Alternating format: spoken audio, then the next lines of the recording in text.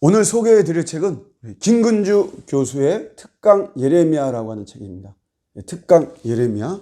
예레미야서를 읽기에 아주 참조할 수 있는 좋은 책입니다. 예레미야는 10살 이전에 콜링을 받았습니다. 그리고 사역은 약 40년간 요시야 임금 때서부터 유다가 멸망하는 시드기야 임금 때까지 약 40년을 사역을 했습니다. 모든 예언자들이 그랬지만 또 특별히 우리 예레미야 같은 경우에는 더 비참한 이런 상황 속에서 사역을 했습니다. 별명이 눈물의 선지자라고 하는 건 우리가 잘 알고 있죠. 개인적으로 하나님께서 예레미야에게 결혼을 금지시켰습니다. 히브리 문화권에서 총각이란 단어는 없습니다. 처녀라는 단어는 있는데, 그러니까 남성이 결혼을 안 하는 거는 없다는 거죠. 그만큼 남성의 결혼이 자연스럽고 당연한 것으로 여겨지던 그런 문화권에서 결혼을 하지 말라는 것은 개인적인 삶을 포기하라라고 하는 그런 말입니다. 굉장히 그 결혼 금지 자체가 고통스러운 것이었습니다. 이 외에도 평생 비난을 받고 또 그의 메시지는 항상 거부당하는 그런 사역이었습니다. 이스라엘이 애굽과 바벨론의 사이에서 항상 왔다 갔다 하죠. 그럴 때 왕이나 백성들은 정치적으로도 그렇고 정서적으로도 친애굽 성향이 많았습니다. 그런데 예레미야는 바벨론의 포로로 가야 된다. 친바벨론 쪽의 성향을 계속해서 이야기하고 있죠. 그러다 보니까 그는 감옥에 갇히기도 하고 또 고향 사람들에게도 아나돗이라고 하는 곳이 고향인데 그 고향 사람들에게도 고향의 명예를 더럽혔다라고 해가지고 매를 맞기도 하고 심지어 암살의 위협을 당하기도 합니다.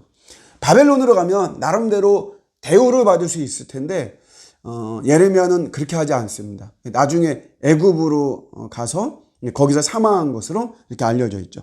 그래서 우리가 말할 때 예레미야 선지자를 존경은 하되 그의 삶을 본받지는 마세요. 이런 말이 있습니다. 너무나도 비참하고 어려운 사역을 했기 때문에 그렇습니다. 그렇다면 예레미야는 왜 이렇게 고통스러운 사역을 했을까요? 이스라엘은 두 가지 신앙의 기둥이 있어요. 한 가지는 다윗과 하나님이 영원한 언약을 맺었다라고 하는 다윗 언약이 있고요. 또 한 가지는 성전 신앙이 있습니다. 하나님이 거하시는 하나님의 집이다. 구약 성경에는 성전이 하나님의 집이라는 표현이 약 500회 정도 나옵니다. 그러니까 이 성전은 단순한 건축물이 아니죠. 하나님이 거하시는 곳이. 이 성전의 다윗 언약과 성전이라고 하는 이 두 가지가 이들 신앙의 근간이고 핵심이고 뿌리고 전부입니다. 그런데 이스라엘이 타락을 했죠.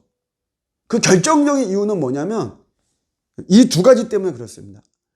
불의가 가득한 나라임에도 왕도 그렇고 백성들도 그렇고 온통 불의함에도 불구하고 이들은 다윗의 언약과 이 성전 중심의 제사 이것만 붙잡으면 이들은 아무 이상 없다라고 생각을 했던 것이에요. 근데 이거를 예레미야는 정면으로 부정을 한 것이죠. 불의로 고통을 당하는 백성들이 이렇게 많은데 다윗의 언약만 붙잡고 성전에서 제사 드리는 것만 붙잡고 이런다고 무사할 것 같냐? 너네 다 무너진다. 바벨론에 항복하고 거기 끌려가서 정신 차려서 새로워져야 된다. 예레미야는 이거를 강조하는 거죠. 사실 이게 정확한 시각입니다. 예레미야 1장 1절에 예레미야를 소개할 때 베냐민 땅 아나돗의 제사장들 중 hil기야의 아들이다 이런 말이 있습니다. 아나돗이라고 하는 것은 뭐냐면 예전에 솔로몬이 다윗의 아들 솔로몬이 숙청을 할 때 그때 이 아비아달 제사장 아비아달이 반 솔로몬이었거든요. 그래서 그를 숙청을 하죠. 그의 후손들이에요. 한마디로 말하면 몰락한 제사장 가문입니다. 예루살렘에 거주하지 못하고 유배를 당했죠. 제야 예언자, 제야 선지자. 그 반대 인물이 여러분 누군지 아십니까? 이사야입니다. 이사야는 중앙 선지자, 중앙 예언자, 왕궁에서 사역을 하고 활동을 했죠. 그에 비하면 예레미야는 철저하게 유배된 몰락한 제사장 가문으로서 예루살렘이 아닌 아나돗에서 예루살렘을 바라보면서 사역을 한 거예요. 그러다 보니까 여러분 더 사실은 정확하게 볼 수 있는 거죠. 외부자의 시선으로 정밀하게 볼 수 있는 것입니다. 그래서 바른 말을 하다 보니까 배신자라는 소리, 매국노라는 소리, 이런 소리 들으면서 온갖 비난과 핍박을 받는 것은 당연하죠. 그렇다면 예레미야는 뭘 강조하는 걸까요? 예레미야는 정의로운 사회와 공의로운 사회를 강조합니다. 이게 굉장히 사실 놀라운 건데요. 우리들은 이제 보통 선지자들의 외침, 가르침이라 그러면 예배를 잘 드리고 하나님의 말씀을 순종하고 우리 이런 식인데 사실 그랬고, 그런데 예레미야가 사실 더 강조하는 것은 그것보다도 정의롭고 공의로운 사회를 강조한다라고 저자는 이야기를 하는 것입니다. 그래서 가난한 사람들, 또 과부, 고아들 이런 사람들이 학대받고 고통을 당하지 않는 사회가 돼야 된다는 것이에요. 그런 사회를 이루지 못하고 있는데 무슨 다윗의 언약과 성전만 붙잡고 너희들은 괜찮다고 해서 하나님의 복을 받고 이 나라가 괜찮을 거라고 생각하느냐? 착각하지 마라. 이렇게 이야기를 하는 것이죠. 우리는 보통 하나님을 사랑해라 이런 말을 굉장히 많이 했을 것으로 생각을 하는데, 예레미야는 그것보다도 가난한 사람들, 고아들, 과부들, 나그네들 이런 사람들 사랑할 것을 이야기를 하는 거죠. 이런 것이 당시 고대 함무라비 법전에도 이런 내용들이 들어있다는 거예요. 그러니까 그런 세상 법전에도 들어있는 가난한 사람들을 학대하지 않고 돌보는 이런 내용이 그런 고대 법전에도 있는데, 어떻게 하나님의 나라가, 하나님의 사람들이 그런 가난한 사람들을 돌보고 하는 일들을 외면할 수가 있느냐? 이제 저자의 이제 이야기인데 그렇게 이야기를 하는 것이죠. 여호와께 돌아가라. 이 핵심도 우리는 보통 하나님께 돌아가자 그러면 우리가 소속된 교회에 잘 출석을 하고 예배를 잘 드리고 뭐 봉사를 하고 우리가 말씀과 기도를 철저히 하고 이런 걸 생각하죠. 물론 소중합니다.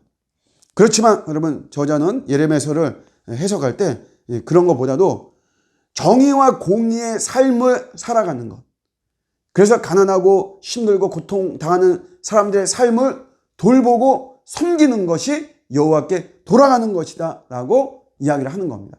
예레미야의 메시지가 그런 것이라는 것이죠. 형통의 삶도 마찬가지입니다. 우리가 이제 교과서적으로 우리가 배운 답은 형통하려면 예수님을 잘 믿고 또 교회 빠짐없이 나가고 예배를 잘 드리고, 물론 소중한 거라고 제가 이야기를 했어요. 그런데 이런 것이 형통의 그런 근본적인 비결이 아니라는 거죠. 예레미야는 가난한 사람과 궁핍한 자를 변호하는 것, 이게 이제 돌본다는 건데 그게 형통한 삶이라고 이야기를 하는 겁니다. 제가 말씀 한 구절을 볼게요. 예레미야서 22장 15절인데 내가 백항목을 많이 사용하여 왕이 될 수 있겠느냐? 여호야김이라는 왕을 책망하는 거예요. 너 아버지가 먹거나 마시지 아니하였으며 정의와 공의를 행하지 아니하였느냐? 그때에 그가 형통하였느니라. 16절 그는 가난한 자와 궁핍한 자를 변호하고 형통하였나니. 아버지 요시야를 말하는 겁니다. 여호야김은 백항목에 중독이 되었어요. 한마디로 말하면 건축에 중독이 되어 있다 이거죠. 웅장한 건축을 하면 자기가 왕으로 대우받을 것으로, 인정받을 것으로 생각해서 엄청난 건축 사업을 벌였죠. 근데 예레미야가 하는 말은 그렇게 한다고 너가 형통하고 이 나라가 형통한 것이 아니다. 너희 아버지 요시야는 비록 본인이 먹지 못하고 마시지 못했어도 백성들, 가난한 사람들, 어려운 사람들을 돌보는 삶을 살았고 그 삶 속에 하나님이 형통함을 줬다는 것이에요.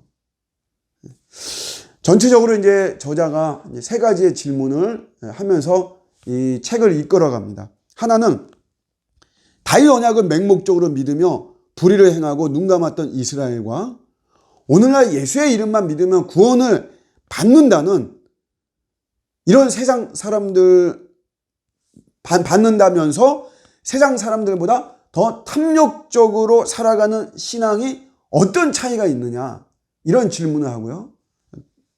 두 번째는 성전에서 제사만 드리면 된다는 이런 생각의 이스라엘과 오늘날 우리도 무수한 예배를 드리면서 살아가고 있는데 그들과 우리는 어떤 차이가 있느냐? 뭐가 다르느냐? 맹목적으로 드리는 그런 예배. 오늘날의 어떤 우리 형식적이고 그런 어떤 진심이 담겨져 있지 않은 어떤 그런 예배. 그런 게 무슨 차이가 있느냐? 세 번째가 예루살렘 성전이 파괴되었는데 그들보다 더하면 더했지 덜하지 않은 이런 불의한 우리가 무슨 근거로 교회가 절대 무너지지 않으리라고 말을 할 수 있겠느냐. 예루살렘 성전이 무너졌잖아요. 그런데 우리도 더 심한 불의를 행하면서 교회가 무너지지 않을 것이다. 어떤 근거로 이렇게 이야기를 할 수 있겠느냐. 이런 질문을 던지면서 책을 풀어갑니다. 예레미야서 이렇게 보면서 제가 좀 인상 깊었던 것은 예레미야서에는 기적이 없다 이거예요. 우리가 보통 뭐 선지서들은 많이 그렇게 이야기하죠. 엘리야나 엘리사 뭐 이런 선지자들 외에는 그렇게 기적이 없죠. 예레미야서도 마찬가지인데 그런데 예레미야서는 사실 굉장히 이 이스라엘 사람들한테 불편하고 불쾌한 메시지인데 이게 어떻게 구약에 정경이 되었느냐. 구약에 정경이 된 이 자체가 예레미야서에서는 엄청난 기적이다. 이런 뭐 표현이 있는데 굉장히 인상적이었습니다. 이 교수님이 신대원에서 강의한 것을 토대로 월간지 복음과 상황에 연재를 했고 그거를 기독연구원 느헤미야에서 다시 한번 이렇게 강의한 것을 잘 추려서 이렇게 책으로 편집이 되어서 나왔습니다. 초판은 2013년도에 오래되었지만 책은 계속해서 꾸준히 또 이게 책이 팔려서 지금까지도 이렇게 나오고 있습니다. 예레미야서를 이해하는데 굉장히 도움이 되는 책입니다. 꼭 참고하셨으면 좋겠습니다. 감사합니다.